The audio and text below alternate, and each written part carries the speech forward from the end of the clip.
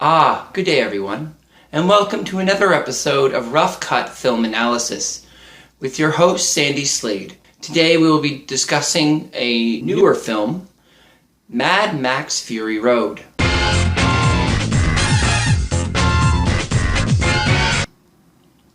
Now, it seems as if many people understand and enjoy Mad Max Fury Road movie as simply that, entertainment. I am here to argue today and persuade all of you wonderful people that Mad Max Fury Road is truly a work of art with meaningful things to say. Mad Max Fury Road is full of perceived dualities, the primary of which is masculine versus feminine. What I mean by that is that we socially construct certain traits, attributes, ideas, or concepts into either masculine or feminine. The duality of gender in Mad Max is clear from the very start, when the women are used as either machines to produce milk, or they are caged like money. They say, "We are not things, we are not things," and they run away from the Citadel. Duality between masculine traits and feminine traits is nothing new. It's been around since the Romans, thinking that women were more emotional. It played a key part in Mary Shelley's Frankenstein and other works. The second duality I want to mention is capitalism versus nature. It's the fact that capitalism is represented, coal, oil, and water, and guns and war, which is what is a lot of the machinery of capitalism. And even to the point where the water was not referred to as water, but as aqua coal at the end of the film, versus all of the representations of life that are seen in the film, whether it be pregnancy, as in giving birth to actual life, or the seeds that the old women have, or the green place. There's this vision of life and nature specifically versus the capitalism, the wasteland. Closely related to the duality of capitalism versus nature, duality of life versus death. This can be seen in the death cult that the war boy Nux is a part of. They live to die. He tries 3 times to die in a glorious death in order to live in the afterlife. This is contrasted with the pregnant woman and the wives in general, who are about life, who are this idea of purity. She is actually pregnant with life. There's the idea of, again, the seeds which bring life. There's the idea of the green place, in a place where all is death, there is life. And I think that they're related.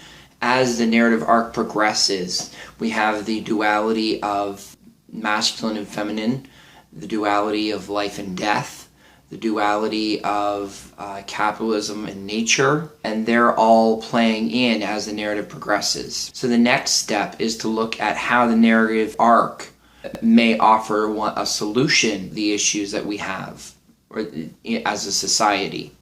The plot of Mad Max has a lot to do with redemption, and let's begin with looking at 3 different characters.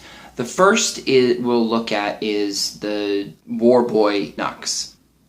He begins this story celebrating death, living in a culture that celebrates death, and his aim is to die. That's where the point of It's a Lovely Day comes in, and he sprays chrome on his mouth. He believes that he's going to be able to sacrifice himself, and he sees no point to life other than death. In his transformation, as the journey progresses, he begins to be attracted to one of the wives.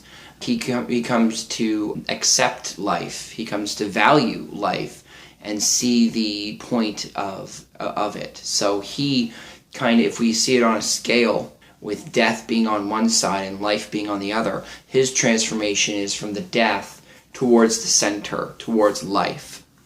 In the same light, if you look at the wives, they begin unable to take care of themselves, but you see this transformation in them as well. They start to fight. They start to learn about the real world that they're living in. One can't live in that way and tries to run back. If you compare the wives to the war boy, they're both meeting in the center. I believe the progression of the wives and the war boy towards the center is representative of the necessity of us to not have masculine or feminine, but to kind of accept both and value both with equality.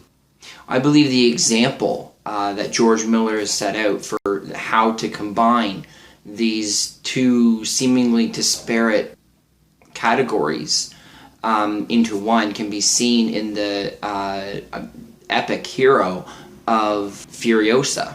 Let's follow the transformation of Furiosa. Furiosa, we don't know much about her. We don't get a lot about her character. We know that she is from the green place, where the mothers are. Her nature isn't raw. It's from this place of life. But she has experience and can hold her own and actually thrive in the desert, barren land, which would be like the capitalism, the masculine, and this kind of thing. But she's never really a part of it. She revolts against it, escaping the place where she's come to thrive.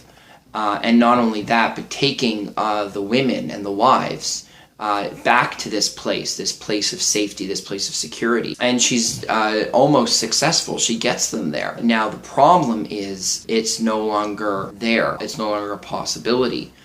And so you come to her main choice, whether to try and run like she has before, or to accept that part of her that is the fury part of Furiosa and return to that masculine area, return to that capitalistic area, to that death cult, and redeem it in a way, try and transform it. We see that at the end when the water begins to flow, and there's this idea, there's a possibility that all things are not too far gone. That maybe with the old women's seeds and the water being used together, that there could be a new green place in this citadel. So it's actually a very hopeful story. I think we do have issues with war, with oil problems, with environmental degradation, with not treating women appropriately. And I think this is his way of talking about some of those things. And isn't that what art is supposed to do? Hey guys, thank you so much for watching this video. If you made it all the way to the end, I know it was a long one. I really appreciate it. It was so much fun to make, and I hope it was fun to watch and informative and interesting. If you have any thoughts on Mad Max, if you think has things that it's trying to say, then or if not, just let me know in the comments below. Again, if you like it, just like it, comment, subscribe, that kind of stuff. If you're new to the channel, then that's awesome, and please consider subscribing. Every week there's going to be movie reviews, film analysis like I just did, voice impressions, maybe a little comedy, I'm not sure. But it's going to be a really fun time, and it'll be great having you.